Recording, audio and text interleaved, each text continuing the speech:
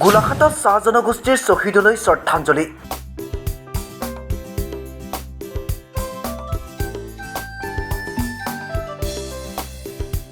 অসম চাহ জনজাতি ছাত্ৰ সন্থা গোলাঘাট জিলাৰ সমিতিৰ উদ্যোগত ৩৬তম শ্বহীদ দিৱস উদযাপন।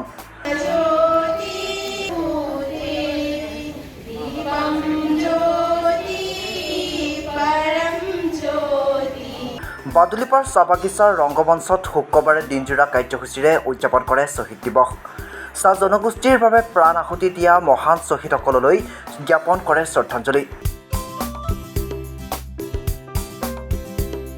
অসম চাহ জনজাতি ছাত্ৰ সন্থাৰ কেন্দ্ৰীয় সম্পাদক জগদীশ বৰাইককে ধৰি আটছাৰ বৰ্তমান আৰু প্ৰাক্তন বহুকেইগৰাকী নেতাই অংশগ্ৰহণ কৰে শ্বহীদ দিৱসৰ অনুষ্ঠানত। স্মৃতিচাৰণ সভা অনুষ্ঠিত কৰি শ্বহীদসকলৰ ত্যাগৰ বিষয়ে আলোকপাত কৰে সকলোৱে। অসম চাহ জনজাতি ছাত্ৰ সন্থা প্ৰতিষ্ঠা কালৰে পৰা নিজৰ জাতীয় যিটো সংগ্ৰাম অব্যাহত ৰাখিছে আৰু এই সংগ্ৰামৰ ফলত চাহ জনজাতি ছাত্ৰ সন্থাই 1968 চনত 20 দফীয়া দাবীৰে জনগোষ্ঠীটোক জনজাতিকৰণৰ মৰ্যাদা, চাহ শ্ৰমিকৰ ন্যূনতম মজুৰি নিৰ্ধাৰিত হোৱা, চাহ জনগোষ্ঠীৰ লোকসকলক ভূমি আবণ্টন প্ৰদান কৰা, পাট্টা প্ৰদান কৰা, শৈক্ষিকভাৱে জাতিটোক আগবঢ়াই লৈ যোৱা, এনেধৰণৰ বহুখিনি 20 দফীয়া দাবীৰে অসম চৰকাৰক দাবী জনাইছিল। আৰু সেই দাবী পূৰণৰ অৰ্থে 1968 চনত আচলতে অসম বন্ধৰ কাৰ্যসূচী ঘোষণা কৰি হৈছিলে। আৰু এই অসম বন্ধ কাৰ্যসূচীত ৰূপায়ণ কৰিবলৈ যাওঁতেই কেইগৰাকীমান ছাত্ৰ তেতিয়া নিজৰ প্ৰাণৰ আহুতি দিবলগীয়া হৈছিল, 5 গৰাকীকে ছাত্ৰ। আৰু এই 5 গৰাকী ছাত্ৰ পঞ্চশ্বহীদ হিচাপে আমি বিবেচিত কৰি আহিছোঁ। আৰু তেতিয়াৰে পৰা চাহ জনজাতি ছাত্ৰ সন্থাই আমি 7 জুন তাৰিখে প্ৰতি বছৰে শ্বহীদ দিৱস হিচাপে উদযাপন কৰোঁ। পৰৱৰ্তী সময়ত আৰু কেইগৰাকীমান ছাত্ৰই নিজৰ প্ৰাণৰ আহুতি দিব লগা হৈছিল, কা আন্দোলনৰ সময়তো নিজৰ প্ৰাণৰ আহুতি দিছে।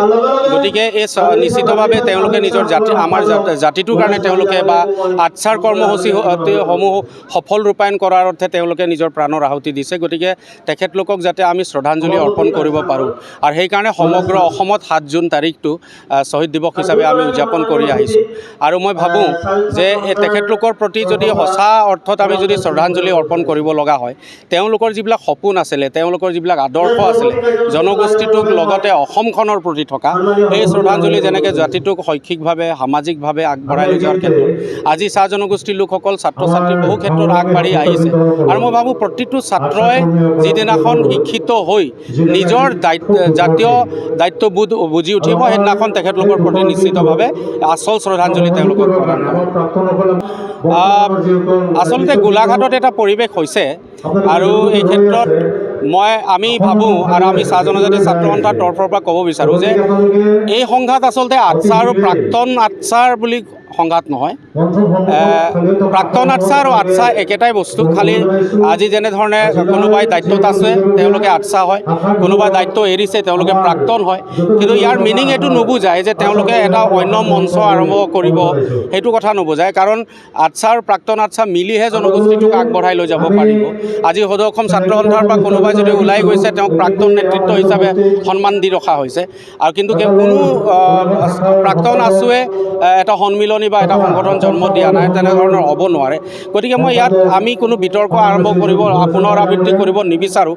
কিন্তু এটা আহ্বান থাকিব আমাৰ প্ৰতি যে আটছা আৰু প্ৰাক্তন আটছাৰ মাজত কোনো পাৰ্থক্যতা নাই, ঐক্যবদ্ধভাৱে আমি আগবাঢ়ি যাব লাগিব। গতিকে এই সন্মিলনী যাতে নহয় আৰু আমি সকলোৱে এক মঞ্চৰ পৰাই যাতে জাতিটোক সেৱা আগবঢ়াব পাৰোঁ, তাৰ কাৰণে সকলো প্ৰস্তুত হৈ থকা উচিত। দেৰগাঁৱৰ পৰা মাধুৰ্য বৰাৰ ৰিপৰ্ট, আছাম ফ্ৰণ্ট।